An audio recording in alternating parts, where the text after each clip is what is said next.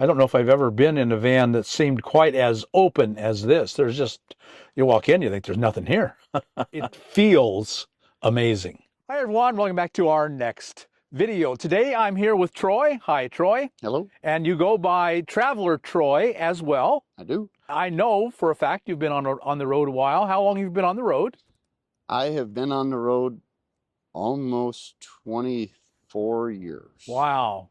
Wow, you might have the record for me. That's pretty amazing. And so you, in that amount of time, you must have been in lots and lots of vehicles. Correct. Give us an idea of your range of So, vehicles. yeah, the vehicle span primarily has focused on the Econoline platform. I've always preferred it.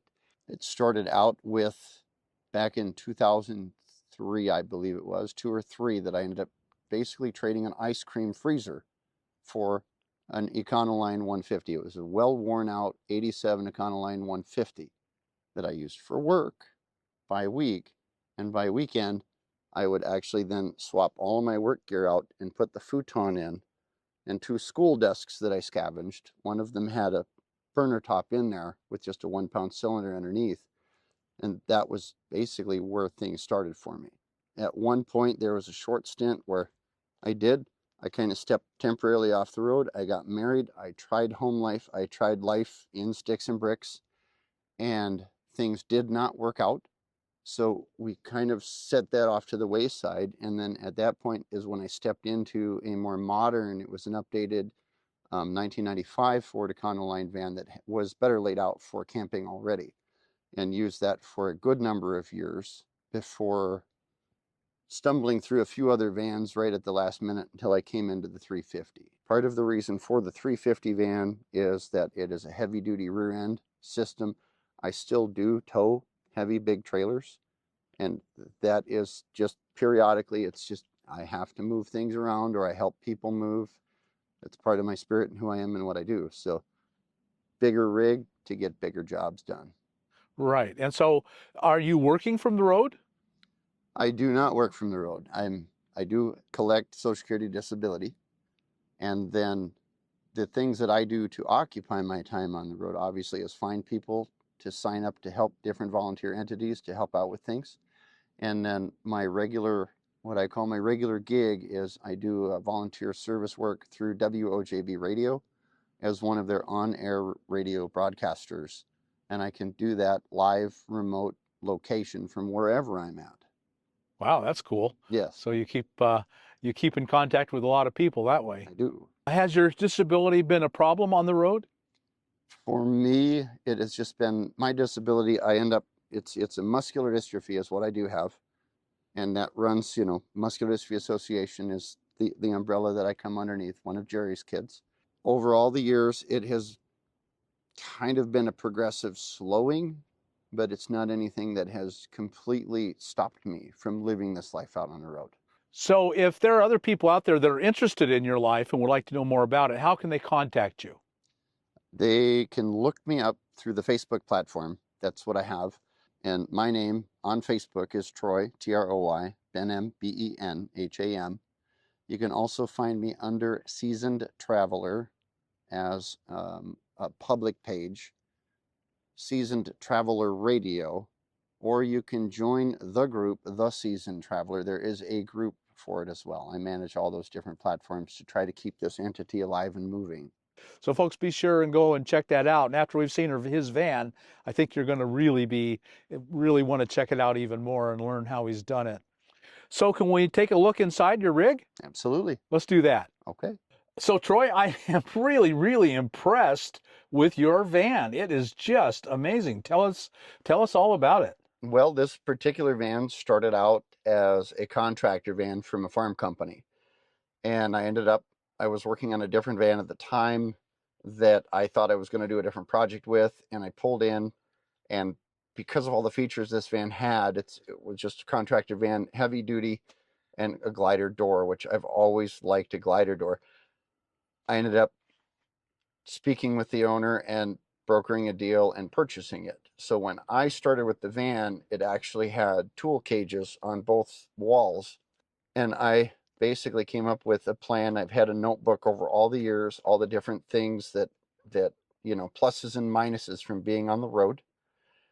And what would work for me, even with my neuropathy, my disability, to make this life on the road still work and be comfortable mentally, physically, and emotionally. So to have the insulation, and it's all panels so that it can be completely buttoned up, makes it much more efficient as to maintaining heat in cooler environments. And a lot of my time is spent Midwest, up north, East Coast, cooler areas more prevalently than South, Southwest, or West Coast.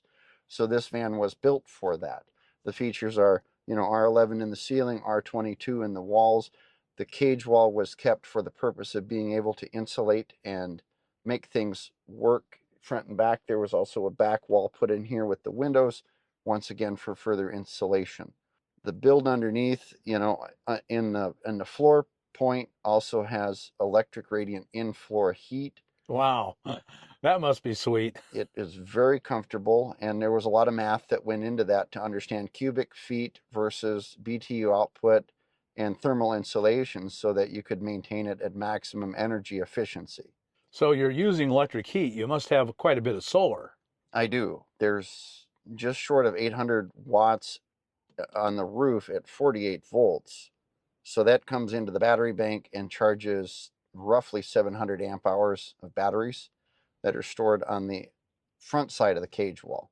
The cage wall is kind of like, I make a comment that it's like party in the back, business in the front. The cage and forward, that whole compartment in the driver's area, is more like the tool and utility room of the vehicle, where everything can be out of sight so that I can have my open floor space for myself. I don't know if I've ever been in a van that seemed quite as open as this. There's just, you walk in, you think there's nothing here. It works for what I need it to work for. So Oh, yeah, it feels amazing, thank you. just really wonderful. And of course, the walls are what really stand out in the and the ceiling. They're just beautiful. And that was all, the build itself, the lumber, all of the lumber, every last little anything that is lumber in this van started out as 21 pallets from the hardware store, in the local town where I built this van out. Nice. Yeah. So free. Right. Yep. And They were just glad to get rid of them. yep, and I had the tools to be able to mill it and get it fashioned to how it needed to be to fit in this space. My first thought was, boy, it's going to be really dark in there, but that is completely wrong. So tell us about the stained glass. Well, there was a different bank of stained glass I started with when I started with this particular van over 2 years ago that had to go in for repair. This was a pair of windows that were recovered from a United Methodist Church of Ladysmith, Wisconsin, that had been built in 1914. So these particular pieces here were something that spoke to me many years ago. A friend of mine had ended up buying the building after a tornado and owned it for a good number of years before he turned it back over to the city. And in that time, we worked out some deals to where I could acquire some of the glass that came out of that building. I like the hues, I like the colors, and stained glass with me just follows through a big, deep rooted part of my life. Take us around the van. It won't take a real long time, No, but it really will not. tell us about everything. Of course, everything in life has to be in here. So here's the Correct. kitchen. Yep, so this is the kitchen area, and as it goes, safety was a feature in regards to the stovetop. We can even start highlighting here was a galley stovetop for a boat. And one of the safety features this particular unit has on it is a gas cutout. It's got a flame sensor gas cutout. So if for whatever reason the flame gets thrust or blown out, it will shut the gas off. And the bar sink, this was just an old Kohler. It's probably a very heavy item for a van, but it's an old Kohler cast iron bar sink. And it was just a salvage recycle item that was picked up many years ago, long before the van even existed. The inlet plumbing is yet to actually be fully hooked up. It has the lines run through into the wall and over the ceiling into the bulkhead.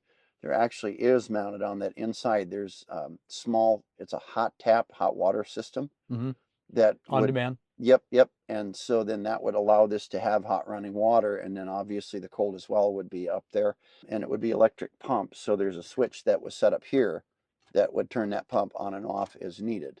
That part of it has just been kind of in limbo as I've been accumulating the rest of the pieces because there's certain adapters that have to be made. The outlet adapter on this actually had to be custom made as well. I had a friend of mine, he has a 3D printer, and he helped me make exactly what I needed to fit to make it work for an outlet flow. And then up here on this part here with the kitchen, if I can twist it, dial it correctly, the main switch here to turn it on and off is down low. These actually here, this item here was put in, there's 3 of them in the build. These are actually vintage antique telephone wooden insulator pins and then the glass insulator tops. But I wanted to have something that was functional and aesthetic to the build to be able to hang like the wash rag, and then I had the 2 others. I have jacket and hat hanging. So you like the antiques, the very old things. Yes, That nostalgia, it runs deep in a lot of us. yes, it does. Yeah, over here you've got 50th Van Nationals. So Yep, since the 70s, there have been a lot of vans have become a real cult for a lot of people. You know, they just yes, love to show off their vans and build their vans. yep. And as this kind of this corner, this does reflect that part of my life. Um, the uh, the 50th Van Nationals was actually held in Sterling, Colorado, and that was actually back in 2023. And so I ended up basically this was a pre-order item for the Nationals, but this particular piece below is an item then that I ended up getting at 49th Van Nationals. These 2 pieces I felt were very important for me to put into the van to express that part of my life. It's part of even part of traveling. Going to the Vanner events that I go to with the Van Nationals and then other local truck-in clubs that host the events, it has given me basically always a sense of being out on the road without I've always have a place to go. I'm always traveling to something. If you watch what I do, it's electrically Oh lit. yeah, that stood out to me. I thought it must be electric. Yep. And so that way when the lights are off, it gives you one view and appearance, and then when the lights are on, it almost gives you that different daylight's coming through a window appearance, which it's glass. And it looks like your seat back there is right out of a van, just a Yes, it is. electric folding bed. Is that This right? one, yeah, is actually a 1970s mechanical, and it can, if I move, cover this, but this is the cassette toilet here. We have to move that out of the way, and it is set up. You could pull it out, and it would lay flat and give you a bit more of a bed platform raised off the floor. Admittedly, I am a person that I will turn on, I have my electric floor heat, and I will lay out the sleeping pad, which is under the bed here, and I just lay right out on the floor, and I am very comfy. And that's where I keep food goods, water, and essentials are under the bench that are needed.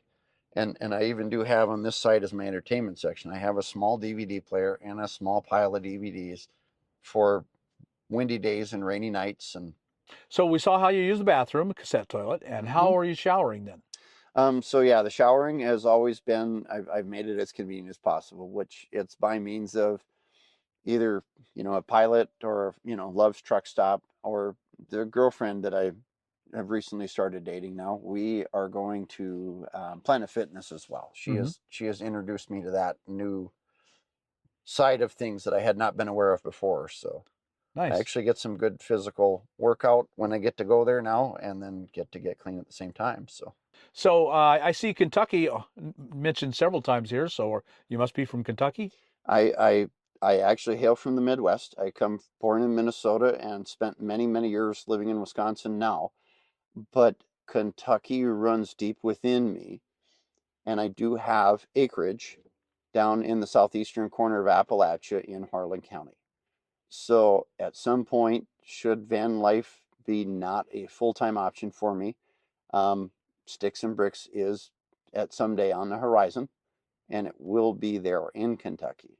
Kentucky has spoke deeply to me since basically 1991. the Smithsonian Magazine ran an article on Appalachian mountain people and their way of life. And when I was very young, it struck me to the core. I resonated with it. That's a nice thing, knowing there's a home, there's an ultimate home, and Yes. it's waiting for you. Yeah. That's a nice thing. You always need to be planning for the next corner, even if you never get to that corner. To be prepared is always a good thing. Always a good thing.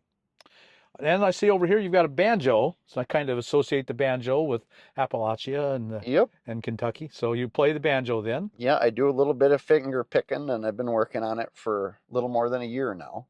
Tell us again, if people want to get hold of you, how can they get hold of you? Okay, I can be found on Facebook. My name is Troy Benham, TroyBenham. You can find me under Seasoned Traveler and also the group The Seasoned Traveler or Seasoned Traveler Radio. I manage all of those entities on Facebook so that I can be contacted or found, whether it's musically or travel-wise or even just a personal shout out to say hello. So everybody go there now and check him out on Facebook and the many different ways you can there, and give him a shout out and watch his radio show, and I think you'll be glad you did. Well, Troy, thank you so much for sharing your home with us and your life. Real inspiration that this disability came your way, and yet you've not let it stand in your way at all. You're living your best possible life. Transpire through adversity. Yeah, that's a good way to go. So, folks, I'm sure you've been inspired. You got some great ideas here. Enjoyed this beautiful, beautiful work of art that this van is. And if so, then like us on YouTube, subscribe to the channel, hit that thumbs up button, and we'll talk to you on the next video.